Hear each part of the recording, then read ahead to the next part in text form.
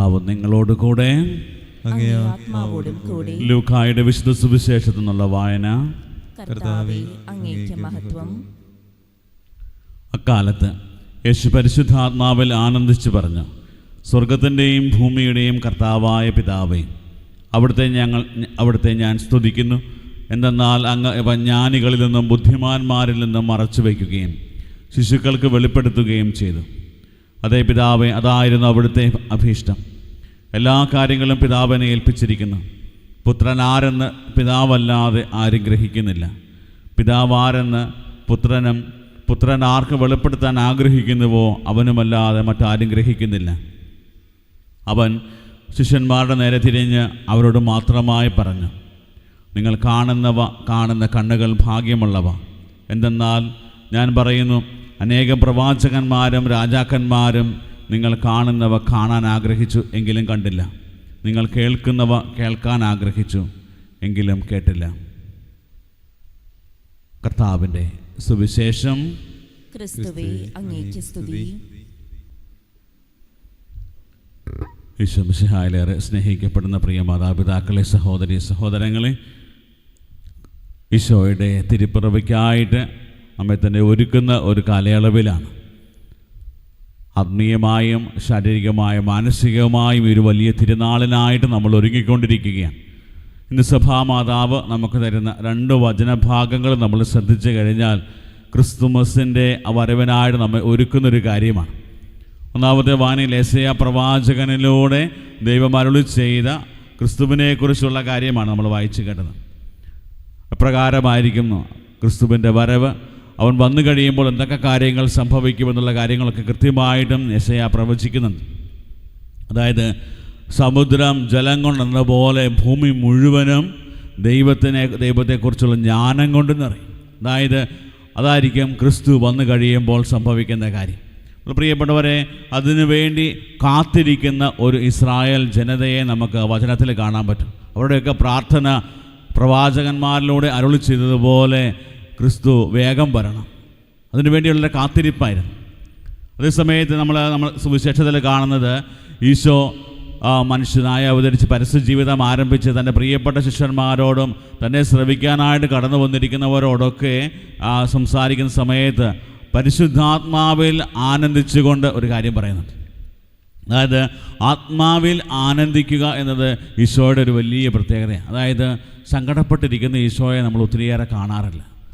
എപ്പോഴും ആനന്ദത്തോടെ തൻ്റെ അടുത്ത് വരുന്നവർക്കൊക്കെ ഒരു വലിയ ദൈവാനുഗ്രഹവും അതുപോലെ തന്നെ ആശ്വാസവും ഒക്കെ നൽകി അവരെ പറഞ്ഞയക്കുന്ന, സന്തോഷം നൽകി പറഞ്ഞയക്കുന്ന ഈശോയെ നമുക്ക് കാണാൻ പറ്റും. കാരണം ഇതിനുള്ളൊരു പ്രധാന കാരണം തൻ്റെ സ്വർഗീയ പിതാവുമായിട്ടുള്ള ആഴമായ ബന്ധമാണ്.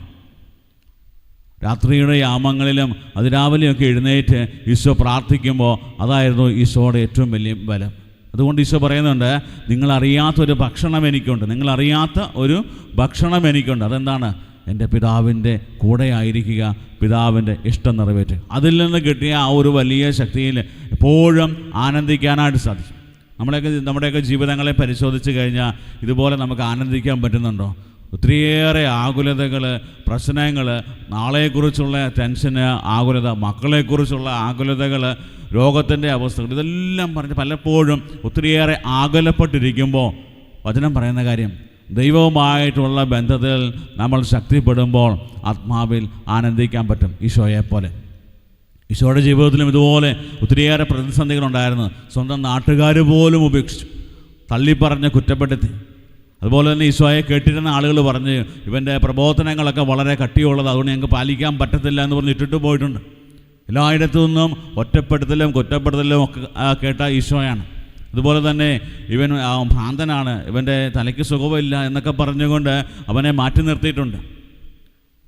ഒരു കുറ്റവാളിയേക്കാൾ വലുതായി കണ്ടുകൊണ്ട് അവൻ ഏറ്റവും ക്രൂരമായ ഒരു ശിക്ഷയൊക്കെ നൽകുന്നുണ്ട്. പ്രിയപ്പെട്ടവരെ, ഇത്രമാത്രം ജീവിത അനുഭവങ്ങളിലൂടെ കടന്നുപോയപ്പോഴും ദൈവത്തിൽ ആനന്ദിക്കുന്ന, പരിശുദ്ധാത്മാവിൽ ആനന്ദിക്കുന്ന ഈശോയെ കാണാൻ പറ്റും.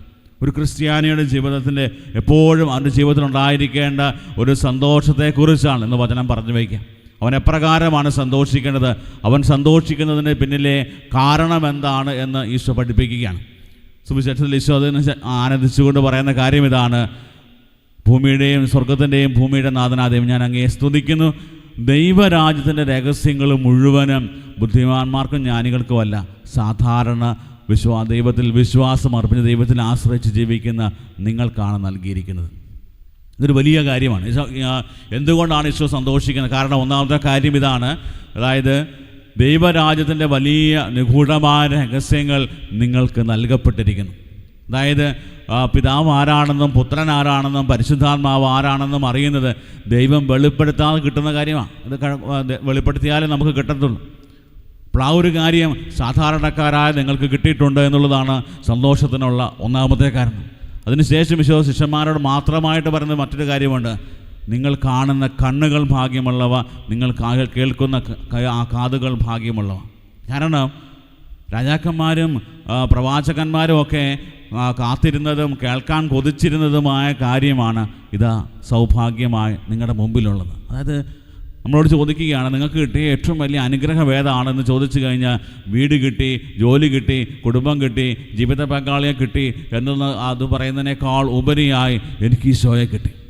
അതായത് എല്ലാവരും കാണാനും കേൾക്കാനും കൊതിച്ചിരുന്ന ആ ഒരു ഈശോയെ എനിക്ക് സ്വന്തമായിട്ട് കിട്ടി എന്നുള്ളത് എൻ്റെ ജീവിതത്തിലെ ഏറ്റവും വലിയ അനുഗ്രഹമാണ്. പ്രിയപ്പെട്ടവരെ, നമ്മൾ ക്രിസ്തുമസിനായിട്ട് ഒരുങ്ങുമ്പോൾ ഈ ഒരു വലിയ ബോധ്യത്തോടെ നമ്മൾ ക്രിസ്തുമസിനായിട്ട് ഒരുങ്ങുക.